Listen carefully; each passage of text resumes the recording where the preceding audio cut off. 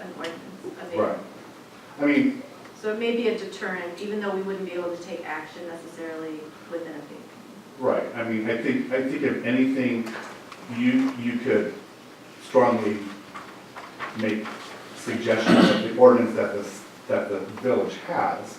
You know, but again, you know, that separation sadly of church and state and some of these issues where, you know, they can do their own thing. I mean, I don't agree with that. I mean, I think, you know, a lot of these conversion therapy programs evolved around faith traditions who don't believe that we're all equal.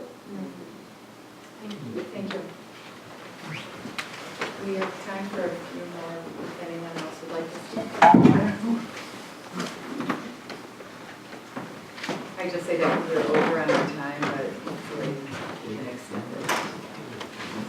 Thank you. Hi, I'm Shelley Gregory. I'm the Strategic Project Coordinator in an organization called Forge in Milwaukee. We're a 25-year-old trans rights and anti-violence organization. So we support trans individuals in the local community and service providers throughout the country with technical assistance in serving the trans communities. I also worked with Tony Snell Rodriguez, who you heard from initially, to advocate for the passage of the conversion therapy ban in Milwaukee, and both Forge and I would be more than happy to provide any technical assistance that we can provide to the Board of Trustees here in Shorewood. I would like to just make a few comments for the record and address some of the concerns that you all have been raising, which, as Tony pointed out, I think are the right concerns and the right questions. Before we get there, I'd just like to note that certainly Forge strongly supports consideration of the ordinance banning the practice of conversion therapy, so-called conversion therapy in Shorewood.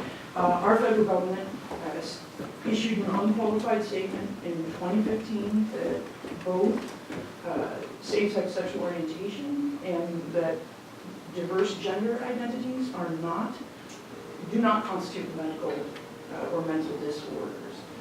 That statement is very clear. Since then, conversion therapy practices have been opposed by a number of medical associations, which I listed these and have collected policy statements online on the Human Rights Campaign's website, for example, but we're talking about the mainstream and important medical institutions: American Medical Association, American Academy of Pediatrics, American Psychological Association, American Psychiatric Association, American Counseling Association, American Academy of Child and Adolescent Psychiatry, American College of Physicians, American Psychoanalytic Association, and many, many, many more. Two important points about the practice of so-called conversion therapy. Number one, the American Psychological Association, the APA, in 2009 conducted a study and determined that, quote, "The results of scientifically valid research indicate that it is unlikely that individuals will be able to reduce same-sex attractions," end quote. In short, it doesn't work. It is not a therapeutic practice. Secondly, what the study finds is that these interventions that are aimed at changing sexual orientation, and it's important to remember this about both sexual orientation and gender identity, so that trans and non-binary and other individuals are also affected by this, and the ordinance that addresses the definition of conversion therapy should include, ideally, the practices that apply to gender identity as well. The APA study found that conversion therapy, in addition to not working, poses significant risks for LGBTQ youth. It can lead to serious negative health outcomes, including decreased self-esteem, increased incidence of depression, increased incidence of substance abuse, and increased risk of suicidality. To be clear, the practice of so-called conversion therapy is not therapy as you likely know it. The practice is based on aversive treatment, which conditions individuals to associate negative stimuli with thoughts around their sexual orientation or their gender identity. Techniques that have been used historically have included ice pick lobotomies, chemical castration with hormonal treatment, other aversive treatments such as application of electric shock to hands and genitals, nausea-inducing drugs, administered simultaneously with presentation of homoerotic images, masturbatory reconditioning. There is some counseling that is attempted. There are, as Reverend Hopkins mentioned, spiritual interventions that are attempted as well. These aversive treatments have been reported by victims of them through the 1990s at least. So the practice doesn't work, and it causes a number of negative health outcomes. In terms of the concerns that you all have raised, cracking some boundaries or parameters around the ordinance can do two things. One, insulate it from legal challenge to some degree, and also I think make your enforcement task a little bit easier. The city of Milwaukee, for instance, limited the prohibition of the practice to minors. The practice in itself certainly can be imposed upon adults. It can be practiced on adults, but many of these ordinances are limited to minors in order to demonstrate the nexus between the government's interest in protecting public health and safety. Again, the Milwaukee ordinance is also limited to services that are provided for a fee, which may or may not create a sort of de facto exclusion like Reverend Topshin was mentioning. I don't think there's any reason that a municipality in the state of Wisconsin could not regulate a religious entity on this point. I mean, religious entities are not exempt from all regulation. They may be exempt from certain kinds of regulation. I don't think they're exempt from this kind of regulation, but limiting to fee for service certainly, again, limits the application, the scope of the application. On the enforcement point, I'm myself an attorney licensed to practice by the state of California, not Wisconsin, to be clear. I read New York Council's memo as really not precluding or providing an opinion that enforcement possibilities are precluded at all. I mean, there's a very open question about a very recent Supreme Court opinion that calls into question some theories around free speech. I think that's quite far removed from this issue and from where you're at in Milwaukee. It's the police department that has the enforcement capability, and I don't know whether we followed up with the police department. My understanding is that they would prepare some sort of complaint and then investigation procedure that they would follow. The last thing I'll say is that one of the issues we've had is where's the evidence of this? We just heard from Reverend Topshin very kindly shared his story with us.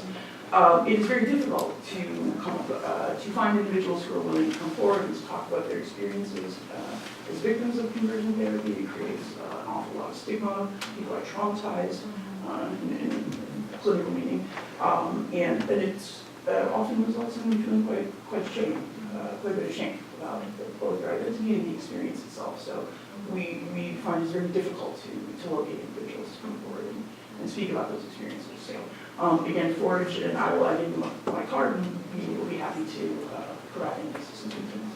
I appreciate it. Thank you. Would anyone else like to speak on this matter? Or we?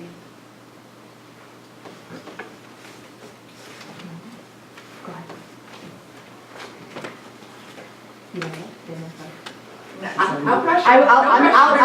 I'll just quickly introduce myself because I am a resident. My name is Jen Murray, and I live at 4325 North Farwell Avenue. I have actually worked with LGBTQ plus communities for the almost my entire career while in the Milwaukee area, so for the last 15 years. All of my state colleagues provide you with an ample amount of information, but I do want to say that as a participant in a Wisconsin Healthy Leadership Institute, which was a coach summit with communities organizing advocacy for community health, there was an amazing presentation done by the person who led in Eau Claire. And they have a phenomenal resource that's oktobu.org. And it really talks about, and I want to just honor the youth that are in the room with us tonight, because it really is painful for, I think, the youth to hear adults potentially speaking in support of practices that deny who they are. And an effort to address that is what I think is imperative here shortly. Thanks. Anyone else? No. I have 3 seconds. We're almost done. Oh, wrap up. Great. I'm Paul Dorchek, intern. I live on 3813 North Newhall Street. My kid is one of these at-risk youth. These predatory people could come after. And they just said to me that you guys are the example we're looking for other communities that have done this, and we need to be forward. Thank you. Okay, if there are no other public comments, I think, well, Brian, go ahead, you want to say something? I'll listen to what you say, but I want to thank. Yeah. Can I say that? Yeah, of course. I just wanted to say thank you for everyone coming tonight and for those of you who shared and also listen to us ask hard questions or questions that make it sound like we wouldn't support something like this. I also want to say thank you and also apologize for those who have brought it forward to us probably a year ago that it hasn't been on the front burner. And that is always really, really hard because we are neighbors and so it can come between us. But thank you. I guess I'm just encouraging us to all hang in there. And I got a lot from the time. When we do take time between discussing things, it does really help me wrap my head around things that I have not experienced firsthand.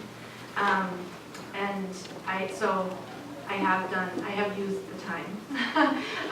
And also tonight, I really appreciate all the, everyone coming forward with so much experience and expertise. And it really is very helpful. So, especially when you haven't experienced it firsthand, it takes that to get to that place of understanding, at least for me. So I just want to say Thank you for coming out, and I think we need to keep working on this.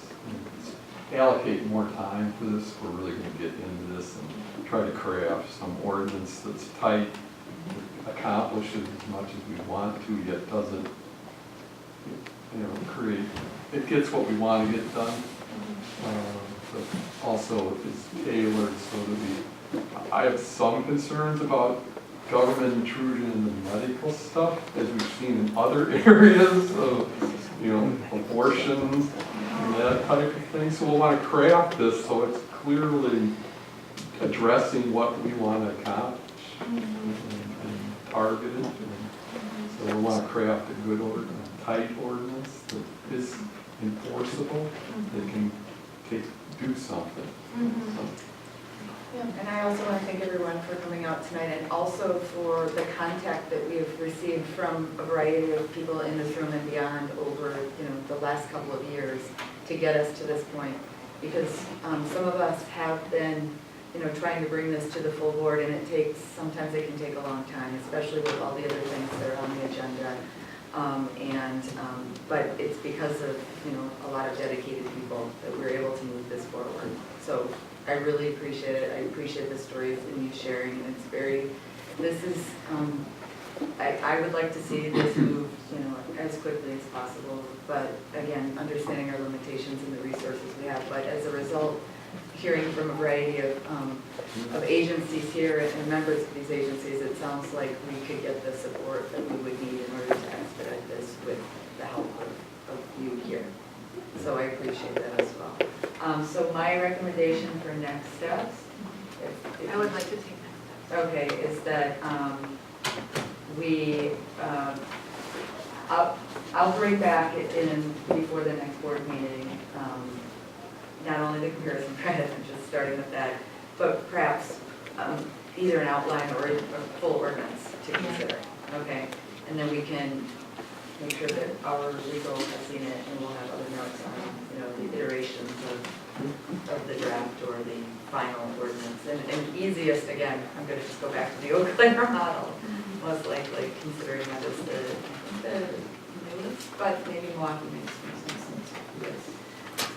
I know in the past when we adopted ordinances, for consistency of enforcement, that if Milwaukee has something, it's a good place to start. Sure.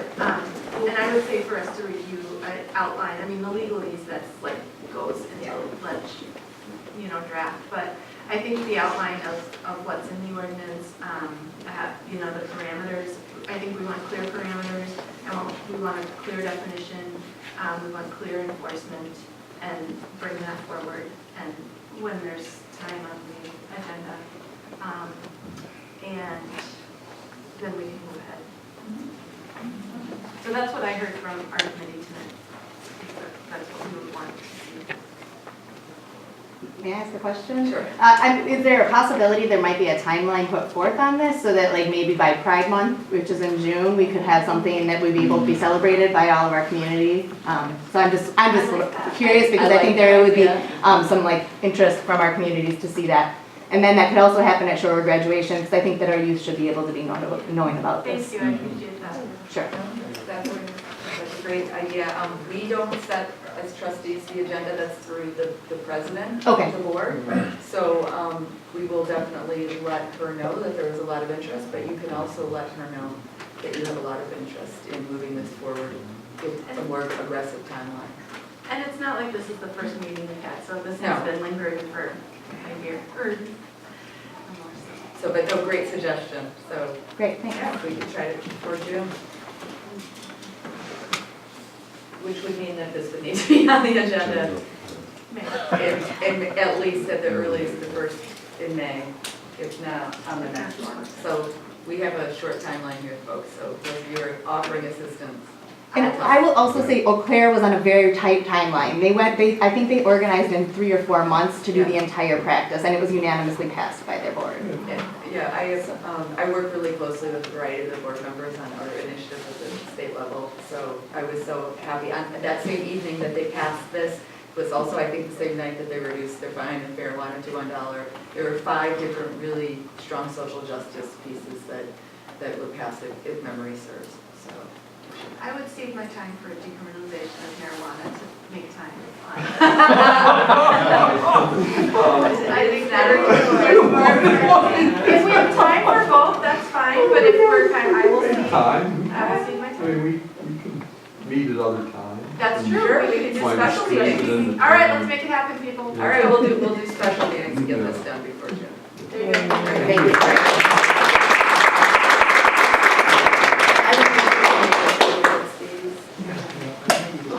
And so thank you all. I'm going to close the Business and Community Relations meeting.